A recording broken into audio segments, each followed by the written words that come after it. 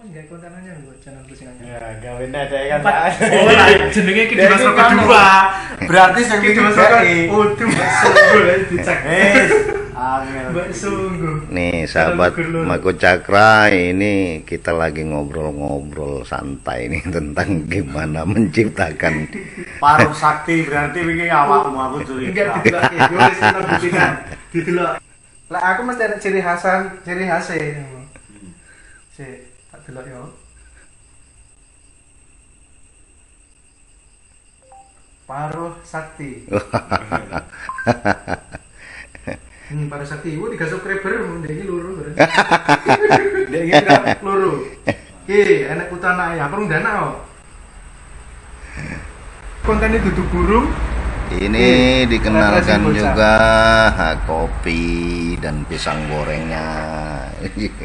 Iya Mas, baru sakti di sini. Mas Suyat ini lagi santai, pusing indah sih. Gua tuh is nonong, ini lebih nonong meneh. Kanjeng Peri. Daripada karo sakti aku mending go jenenge sing ngene Pak Dili siji ne rada sangar ya. Peso jalak. Wah, itu khusus itu. Khusus itu. Susah nyari itu. Sak dunya ora enek.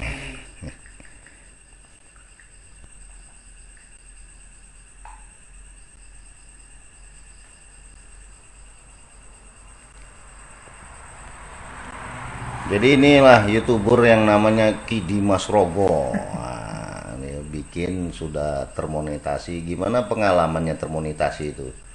Pertama kali tahu termonetasi gimana? Biasa aja, Pak. Wah, biasa bi. Ya seneng Mas ya. Oh. Seneng karena ya kan proses buat monetisasi itu perjuangannya kan lama, cukup lama sekali. Berapa pertama kali mencairkan hasil dari YouTube? Pertama kali 6 juta. Cair. Yang kedua? Kedua 1.300.000 gimana? Itu sekarangnya tak tinggal merantau Mas. Jarang bikin konten, jarang upload video lama yang ditonton gitu. Yang udah ketabung? Udah ketabung bablas semua kayaknya. Bukan, maksudnya yang belum dicairkan besok ini udah berapa? Masih 200.000. 200.000. 200.000. Udah lumayan lah ya. YouTuber pemula soalnya. Nah ini Kanjeng Peri ini gimana, punya YouTube apa? Ya YouTube itu Pak, ya Kanjeng Peri juga namanya. Oh, Kanjeng Peri juga. Gimana, udah berapa subscribe-nya itu? Subscribe-nya sih masih 500 kurang. Tapi semangatnya bagaimana? Semangatnya ya tetap dijalani sama enjoy Pak. Oh gitu. Enjoy, yang penting seneng gitu aja. Kalau nggak seneng ya nggak hobi yo tadi. Harapannya? Harapannya yo termonetisasi apa? Segera termonetisasi. Iya. Oh. Dulu udah pernah ini Pak, sebelum ada perubahan itu. Tapi kan udah berlalu itu kan yang Jangan dipikirkan lagi. Jadi sekarang nyari konten yang baru yang bermanfaat. Oh, Pak Suyat punya nggak YouTube? Duwe Mas. Nggak punya, nggak hobi. Pak Suyat ini sekarang mengembangkan rumah tangkar tanaman, baik tanaman hias maupun tanaman yang lain. Gunanya untuk edukasi. Pak Suyat apa itu? Yang membuat pengen buat rumah tangkar itu apa? Alasannya yang terbesar apa? Ya, kebanyakan masyarakat pecinta bunga itu kalau beli ya bayar pulang bawa tanaman. Ilmunya hampir nggak ada atau minim. Jadi sedangkan kita beli obat-obatan saja ada aturan pakai gitu. Yang harganya hanya ribuan tablet itu ada aturan pakai. Tanaman hias yang harga ratusan ribu sampai jutaan nggak pernah disertakan aturan perawatan. Jadi miris kali konsumen itu menjadi masyarakat ya, itu hanya jadi objek perdagangan tanpa mendapat hak ilmunya gitu. Jadi sebetulnya yang ruang kosongnya adalah pengetahuan tentang tanaman. Rata-rata orang melihat tanaman hias itu ya dijual, diperjualbelikan di lapak-lapak tanaman hias seperti itu. Contoh korbannya saya lah ya, saya pernah beli tanaman hias, saya nggak mengharapkan mana. Jadi begitu mana, tak guangi saking numpuk. Tapi sekarang bisa kita taruh di rumah tangkar lah. Sudah berapa jenis yang tanaman di belakang? Kalau kemarin kerjasama sama KKN Unila itu ada 50-an jenis. Itu nama spesies, contoh anturium ya. Di anturium sendiri ada bermacam-macam jenis, aglonema juga begitu. Jadi kemarin baru penamaan blok atau rak budidaya atau bedengan jenis seperti itu. Itu sudah kita 79. Itu yang sudah berupa tanaman dengan populasi budidaya. Kalau tanaman koleksi yang baru 1-2 itu ya nggak diidentifikasi belum, karena itu baru masuk fase adaptasi iklim di sini. Jadi tanaman itu baru kita masukkan dari luar daerah. Contoh yang baru datang ini Kalimantan, baru 2 hari lalu unboxing paketnya. Ini hari-hari ini baru masuk fase adaptasi. Itu tanaman yang belum punya nama, artinya belum punya varietas, itu belum diberi nama. Jadi kalau familinya sudah ada, Caladium misalnya, cuman serinya varietas apa belum. Ketika nanti sudah lolos uji iklim adaptasi, baru kita komunikasi dengan penyilangnya untuk diberi nama. Nah, di kebun penangkaran ini tujuannya adalah salah satunya nanti menyediakan bibit-bibit, karena beda dengan petani tanaman pangan. Itu bibitnya rata-rata sudah bisa beli di toko, misal jagung, padi, cabai, semua sudah bisa.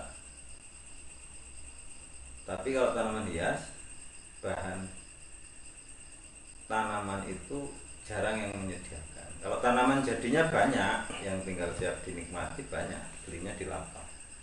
Tapi yang masih berupa bibit atau benih atau umbi atau bonggol ya, itu biasanya antar petani, itu pun bersifat tertutup gitu, tidak terbuka untuk umum biasanya gitu. Nah, di kebun penangkaran ini sedang dirancang untuk sampai bisa menyediakan bibit-bibitan yang untuk umum. Jadi sebetulnya gini, kalau ibu-ibu nih misalnya dengan uang 100.000 dia beli kelapa, itu bisa hanya dapat 1 pot tanaman, misalnya aglonema misalnya, itu 100.000 bisa cuma dapat 1 pot. Tapi nanti ketika di sini menyediakan bibit dengan 100.000 itu bisa dapat 10 tanaman aglonema ukuran kecil. Sebetulnya sama-sama bisa dinikmati. Kalau yang 100.000 dapat 1 pot itu tinggal menikmati hasilnya. Jadi daunnya sudah lengkap, ukurannya sudah besar. Tapi sebetulnya nggak asik, karena nanti yang akan dia rasakan adalah gugurnya daun, rusaknya daun gitu kan. Tapi kalau dia beli dari ukuran kecil,